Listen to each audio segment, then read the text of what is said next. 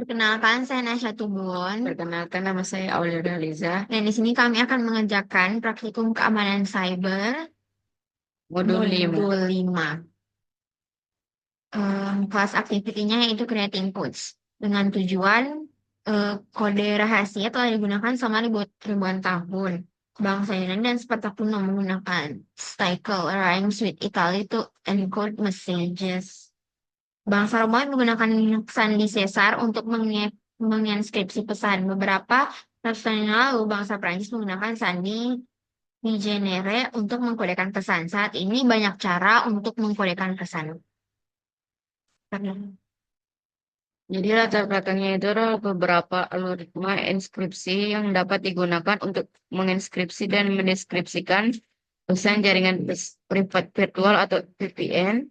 Umumnya digunakan untuk mengotomatiskan proses inskripsi dan deskripsi. Jadi di lab ini kita akan menggunakan alat daring untuk menginskripsi dan mendeskripsi pesan. Selanjutnya, langkah satu yaitu cari alat encode dan decode daring. Nah, yang di sini A, in web browser search ini.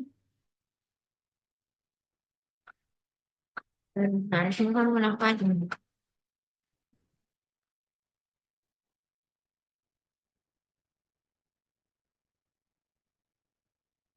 Nanti ini plus, control plus, Hmm? plus.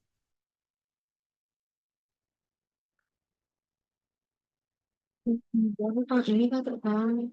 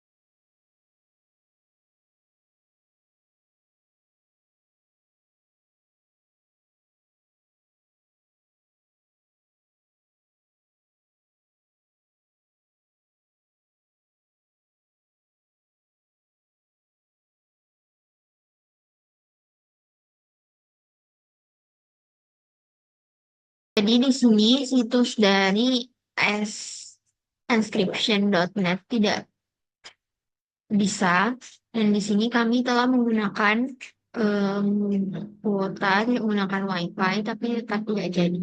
Maka kami akan langsung sebelum itu nggak sih ke bagian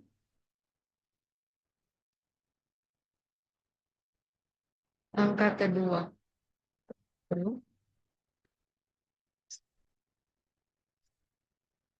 Di lab encrypting and decrypting data using OpenSSL.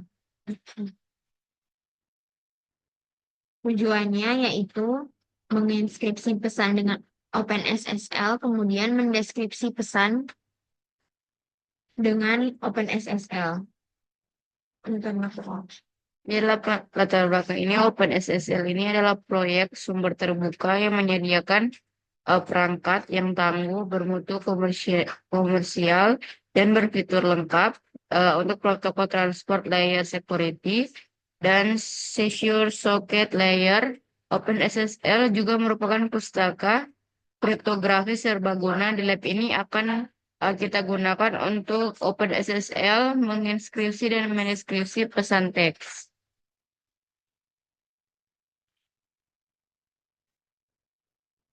Selanjutnya, langkah yang pertama yaitu menginskripsi file teks. Yaitu kita masuk ke CyberOps.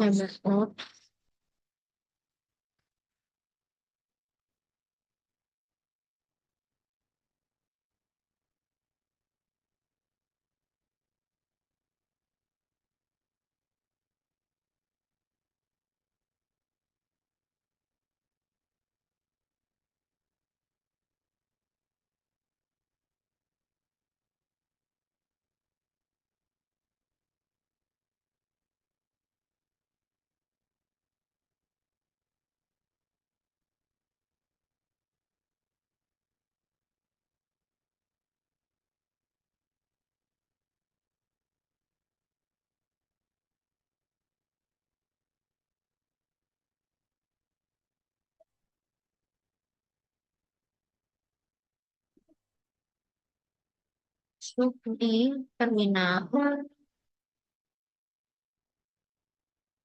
dengan ketikan ini.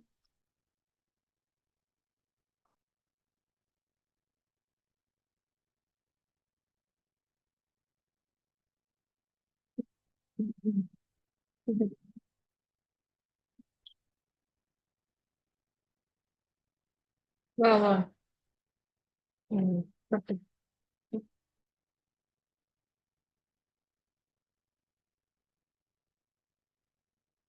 Kemudian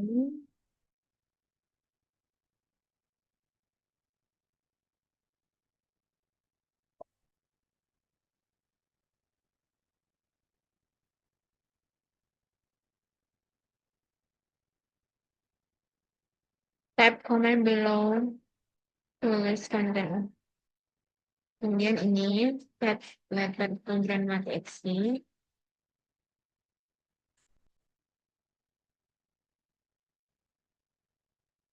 Di sini ada pesan teksnya. Selanjutnya bagian E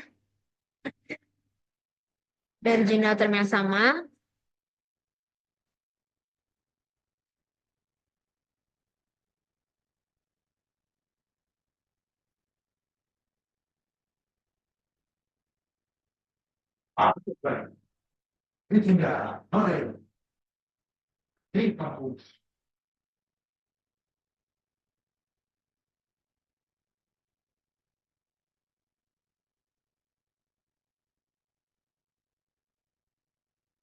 Dengan password CyberOps.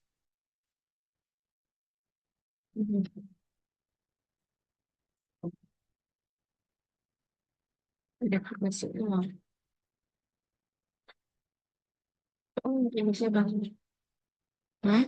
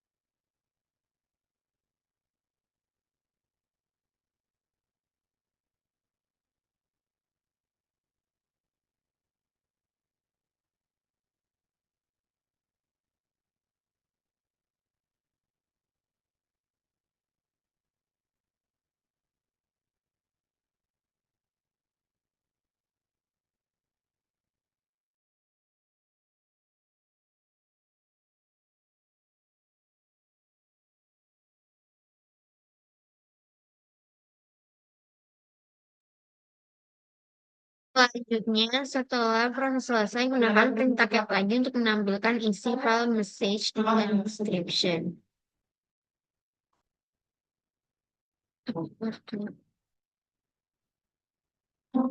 Ada jaringnya.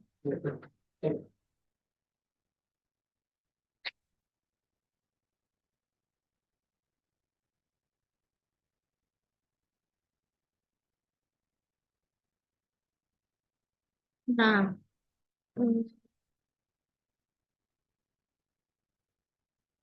apakah isi file message inscription ditampilkan dengan benar? Di sini dia tidak tampil karena berkas tersebut tampaknya rusak karena hanya simbol yang ditampilkan. Simbol ditampilkan karena OpenSSL telah membuat berkas biner.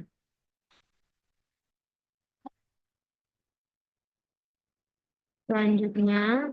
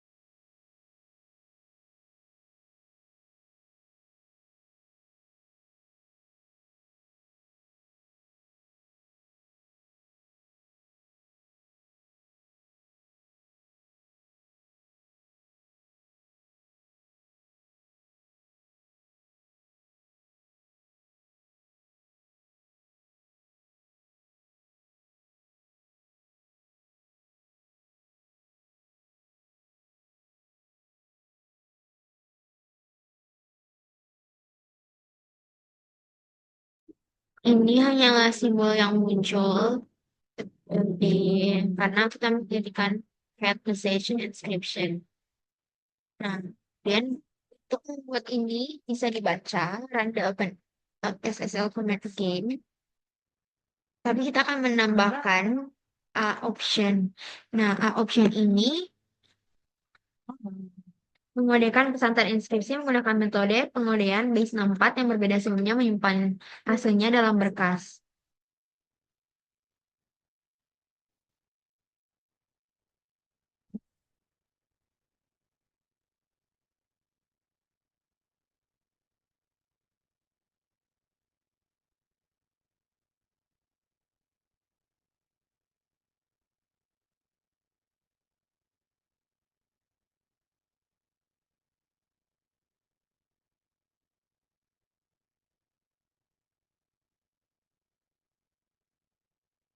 Dan kita lihat kembali isinya.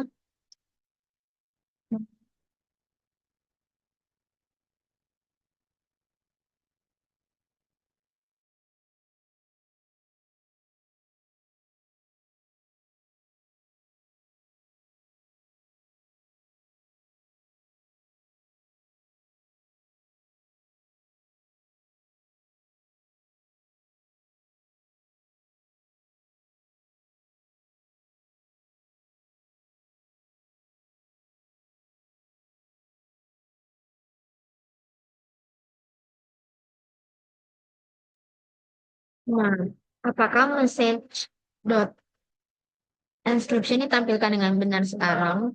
Ya, meskipun message ini dienkripsi, sekarang ditampilkan dengan benar karena telah diubah dari biner ke teks dan dikodekan dengan base 4. Dapatkah kita memikirkan manfaat menggunakan message encryption dan dikodekan base 4? Ya, pesan terenkripsi sekarang dapat disalin ditempel dalam pesan email misalnya.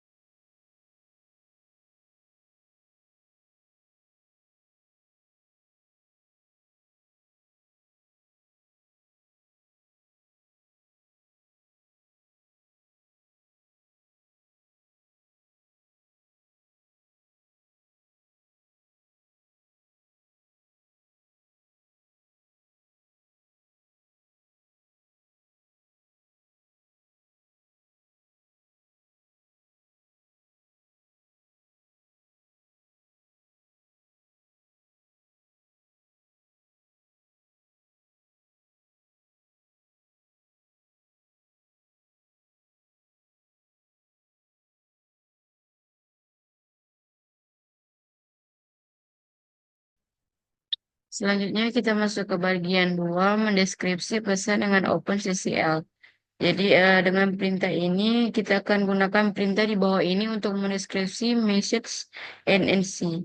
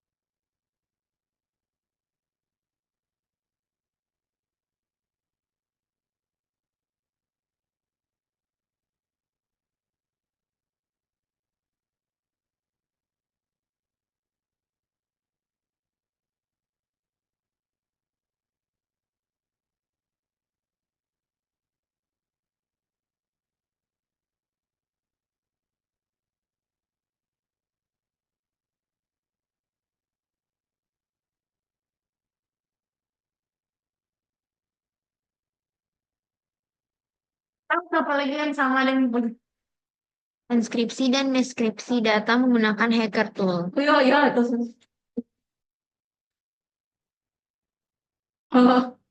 Khusus juga nanti. Jadi latar belakang ini bagaimana jika Kita akan bekerja di perusahaan besar yang memiliki kebijakan perusahaan mengenai media yang dapat dipindahkan. Secara khusus disebutkan bahwa hanya dokumen zip transkripsi yang dapat disalin ke flash drive USB portable. Dalam skenario ini, kita akan memakai CFO sedang berada di luar kota untuk urusan bisnis dan menghubungi Anda dalam keadaan panik dengan pemerintahan bantuan darurat.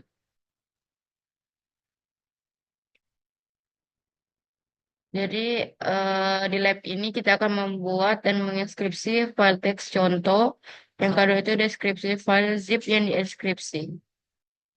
Lalu yang bagian ketiga ini kita akan membuat menginskripsi file. Pada bagian ini kita akan menggunakan beberapa file teks yang digunakan untuk membuat file zip transkripsi pada langkah berikutnya. Yang langkah pertama ini kita akan buat berkas teks. Kita akan sudah di dalam virtual CyberOps.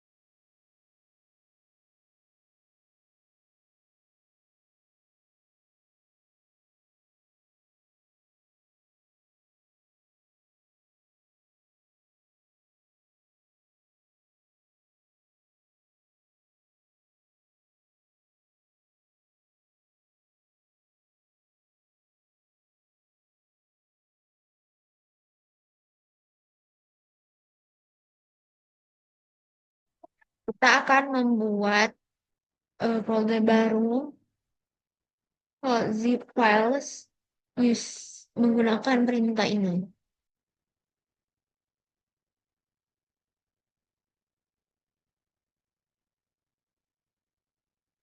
Selanjutnya,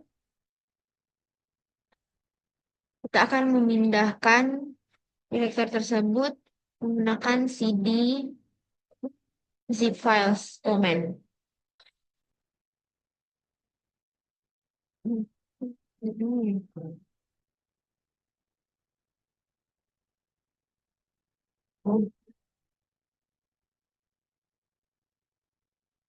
Dan kita akan memasukkan perintah ini.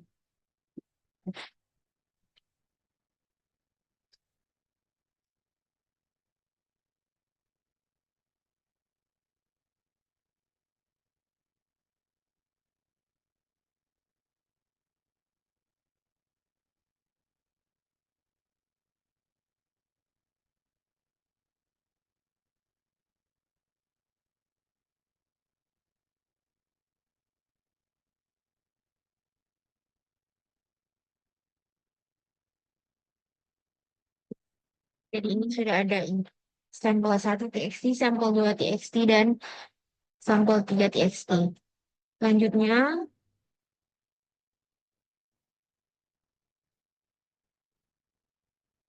kedua zip dan inskripsi file teks. Selanjutnya kita akan membuat beberapa file zip terinskripsi menggunakan panjang kata sandi yang berbeda-beda.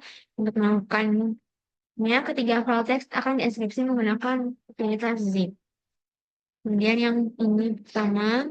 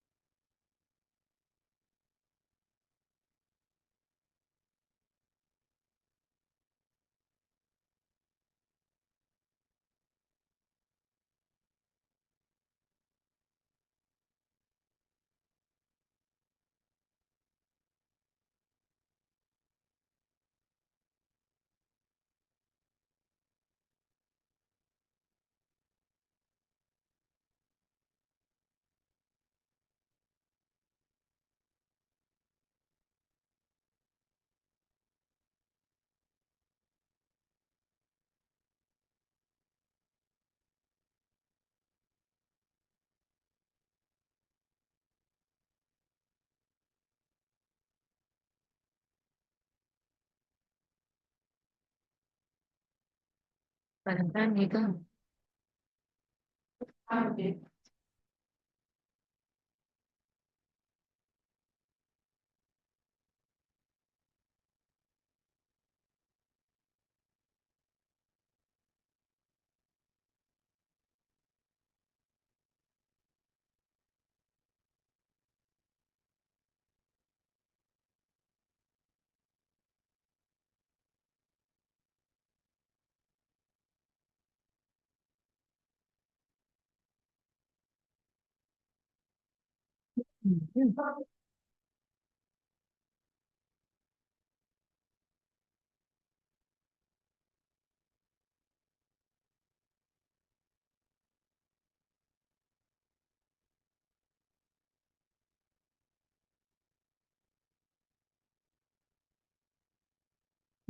Pakai ini ya, file 2 zip, baru R2. Dia nak minta akang dang dia nak minta akang password tuh orang.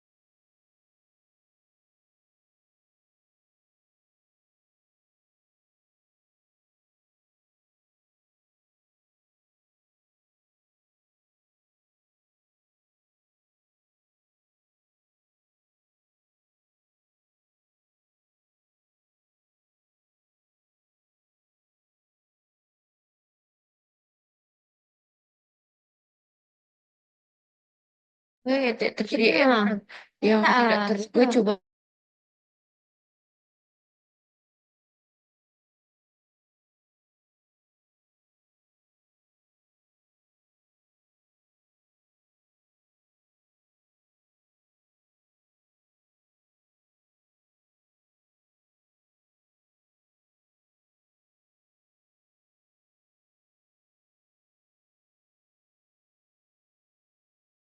Selanjutnya, part 4, recover encrypted zip file password.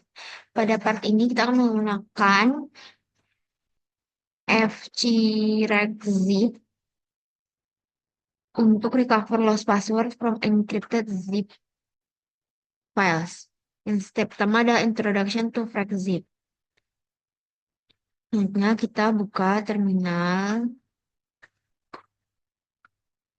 dan enter ini FragZip. Itu nih. Eh, C, C, salah. C dulu. F, I, RACK zip spasi H. Selanjutnya, step 2, recovering password using FragZip dengan menggunakan command ini. Itu copy.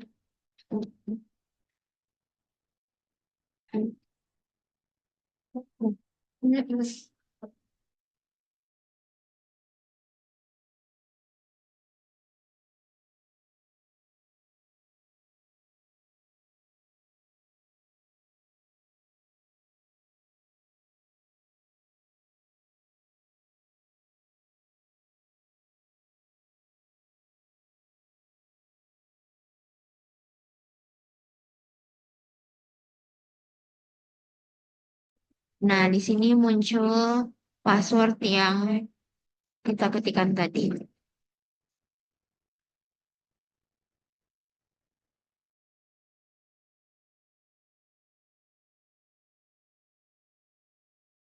Pertanyaannya adalah, how long does it take to discover the password? Tidak lebih dari 1 1 detik. menit.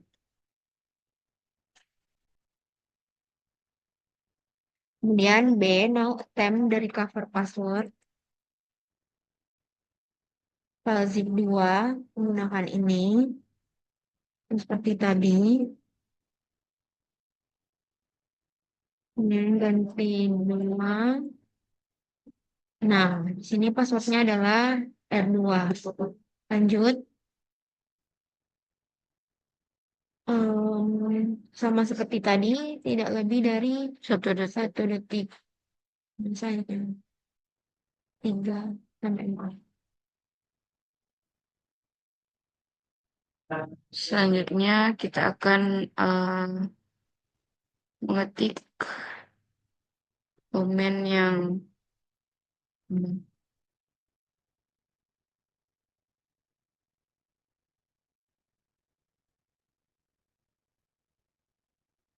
how long does it take the discover the password. Jadi dia sama dengan tadi, tidak lebih dari 1 detik.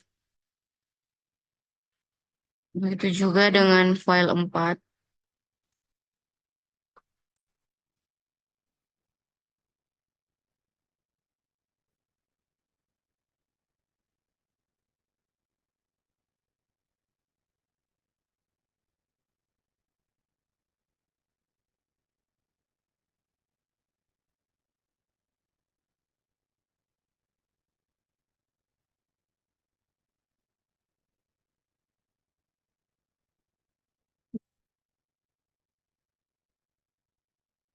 Yang ini dia butuh waktu sekitaran 1 menit. Selanjutnya, nah F recover a 6 character password using FragZip. Nah, tampaknya katasan yang lebih panjang membutuhkan waktu yang lebih lama untuk ditemukan oleh karena itu lebih aman. Namun katasan 6 karakter tidak akan menghalangi cyber kriminal. Berapa lama it will take to FragZip to discover a 6 character password? Kurang dari 2 menit. Selanjutnya, untuk menjawab pertanyaan tadi, kita akan membuat zip file 6 ini, yaitu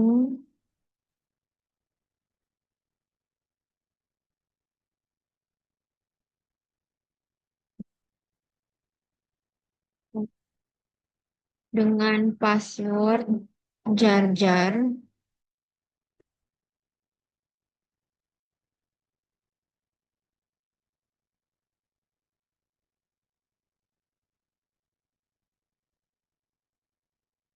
Selanjutnya, repeat the procedure to recover the password file 6 zip.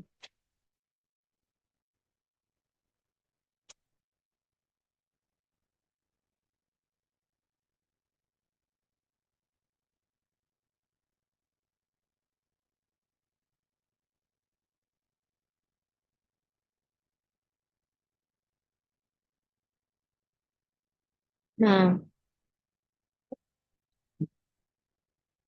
kalau ini tidak bisa.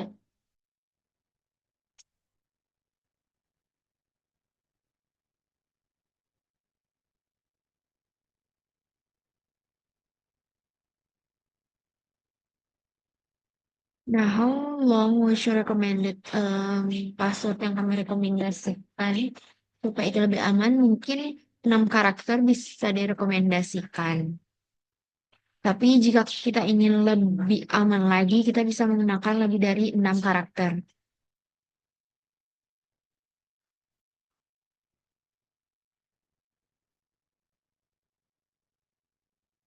Bagus, bagus. Kalau masuk bagus ini. Kemudian, examining Telnet and SSH in Wireshark.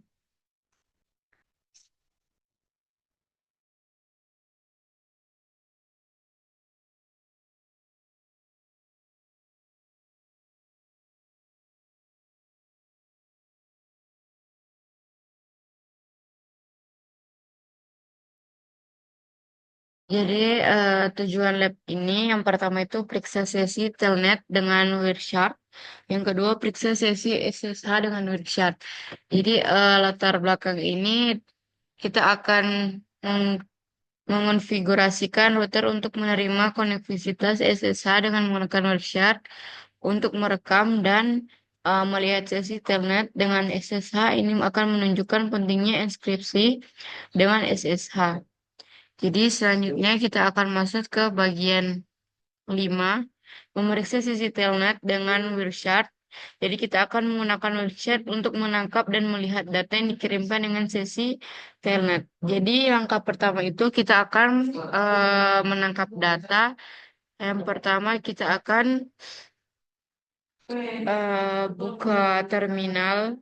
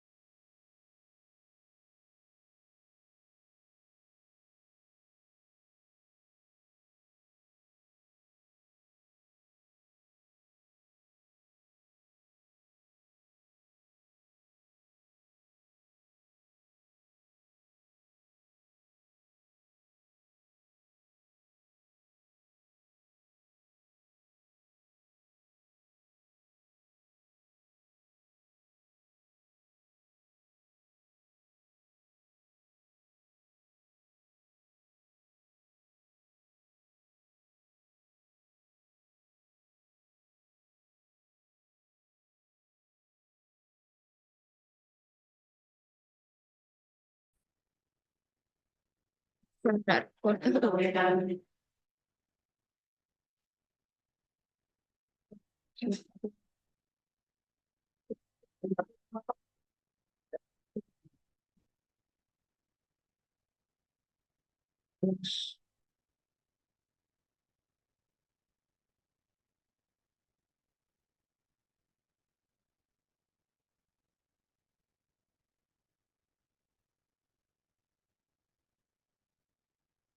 Hmm.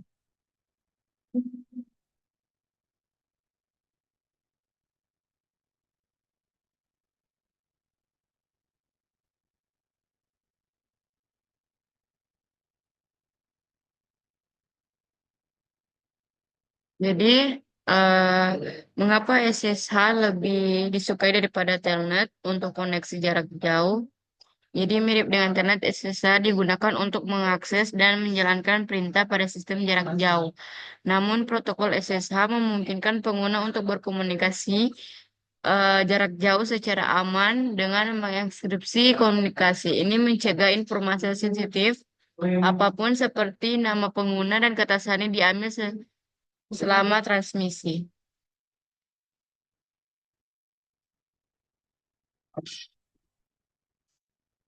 Selanjutnya kita di lab menyelesaikan masalah.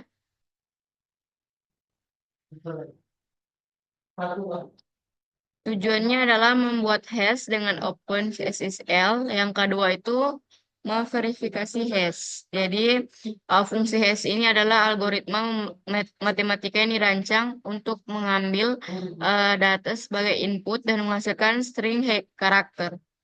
Jadi bagian ketujuh itu kita akan membuat hash dengan OpenSSL. Langkah yang pertama itu kita akan membuka terminal dan akan mengcopy paste yang sudah ditampilkan di modul tersebut. Baca aja terus. Selanjutnya kita akan ketik perintah dengan cat letter to grandma txt. Selanjutnya kita akan mengetikkan OpenSSL MD5 letter to grandma at txt.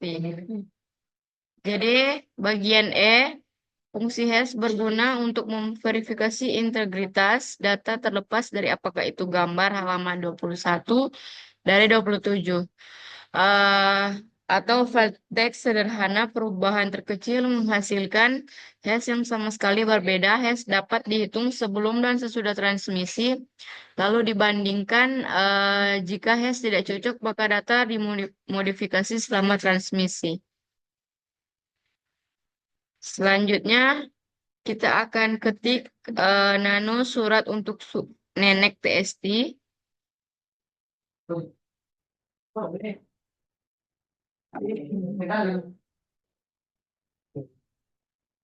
Baca aja terus. Lalu di bagian F, sekarang file telah dimodifikasi dan disimpan. Jalankan perintah yang sama lagi untuk menghasilkan MD5.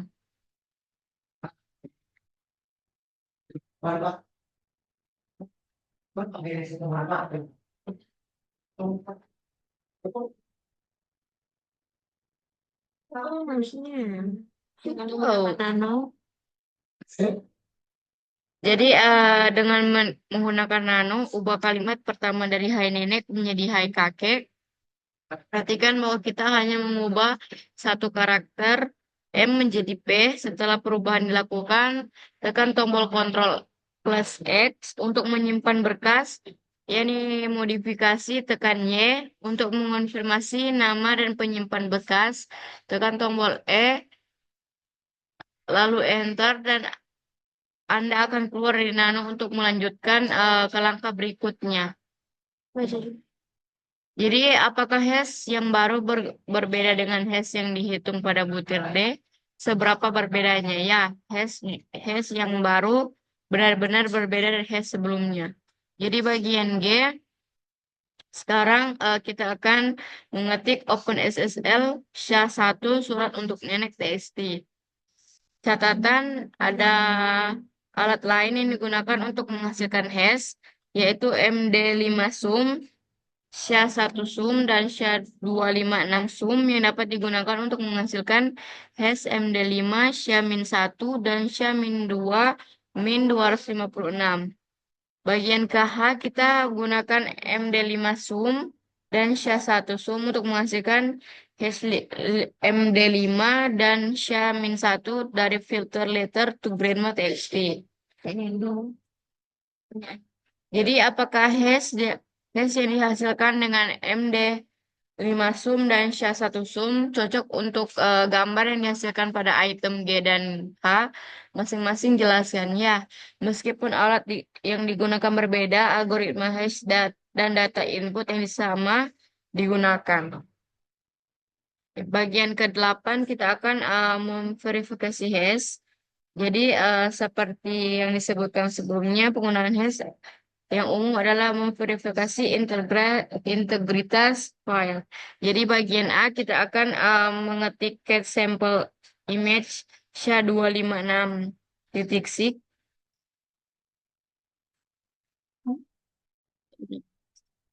Sudah ini. Yang kedua kita akan ketik SHA-256 jumlah sampel image. Yang ketiga itu eh, oh, ada pertanyaan juga, apakah sampel image diunduh dengan benar? Jelaskan ya, karena kedua hash tersebut cocok. Hash yang dihitung sebelum pengunduhan dan hash yang dihitung setelah pengunduhan, maka benar untuk menyatakan bahwa tidak ada kesalahan yang terjadi selama pengunduhan. Selanjutnya,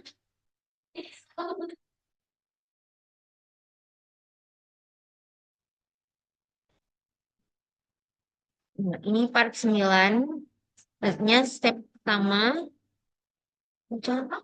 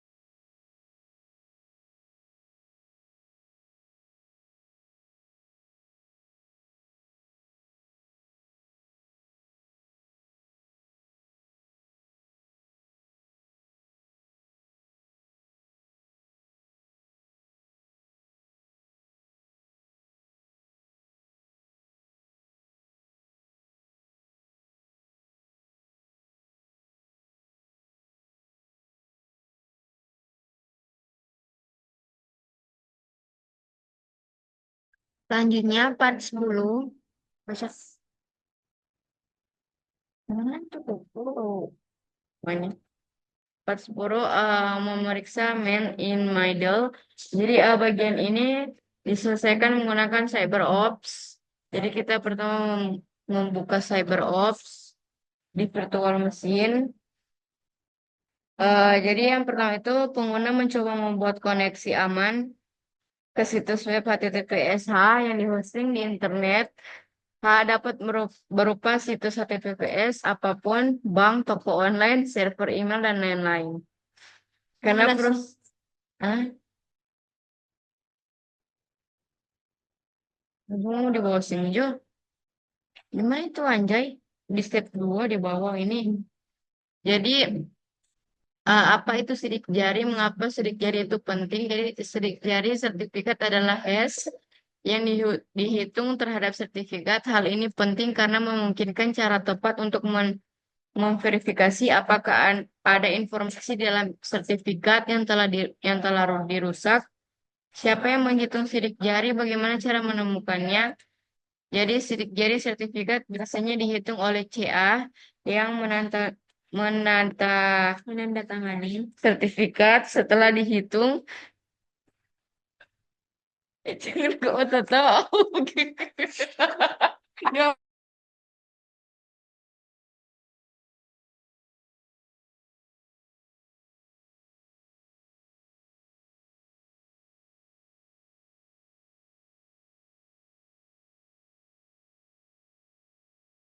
gimana?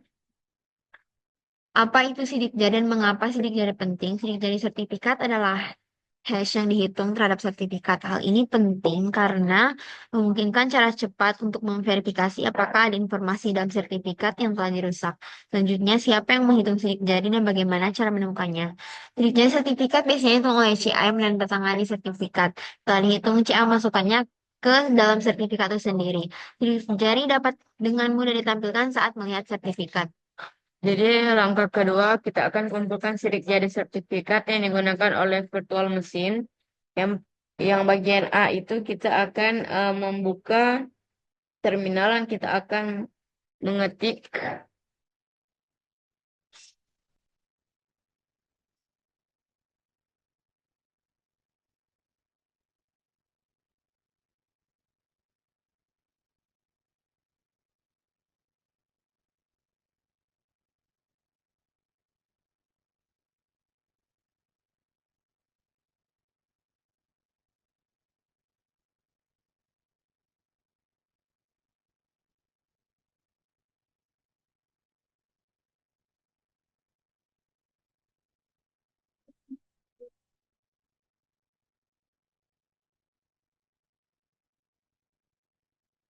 Di Google, Google Translate. Mana login PDP itu baru masih masuk dokumen.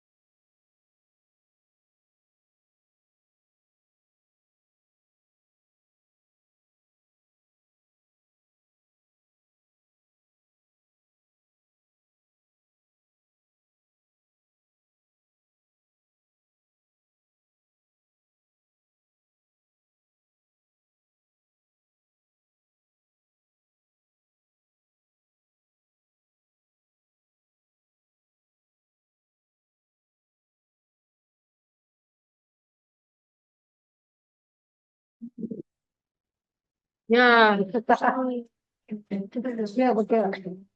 jadi ya Nia.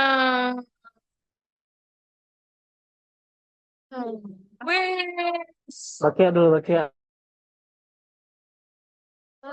Tapi selalu. No.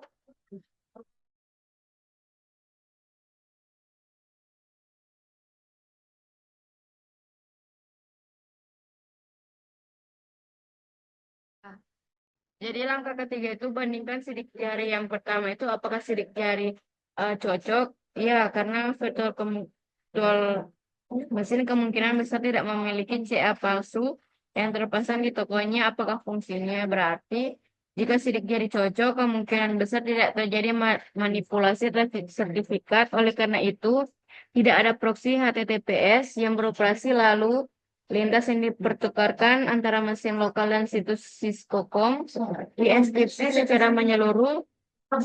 Sidik jari yaitu tidak cocok karena ada pihak lain yang menyadap koneksi mengirim sertifikatnya sendiri ke host mesin dan membuat koneksi SSL dan TLS baru ke Cisco.com menetapkan dirinya di tengah karena sertifikat baru dikirimkan ke mesin lokal.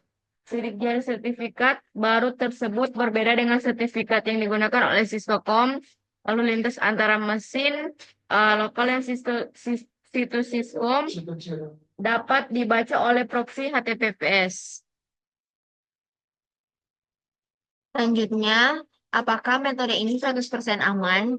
Tidak, meskipun sidik jari yang tidak cocok mengkomunikasikan intersepsi lalu lintas SSS atau TLS, sidik jari yang cocok harus ditangani dengan hati-hati.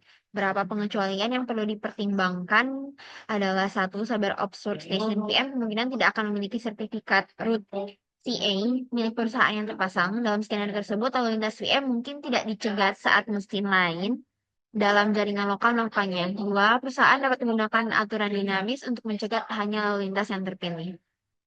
Jadi Nah, 11. bagian 11 itu tantangan atau opsional.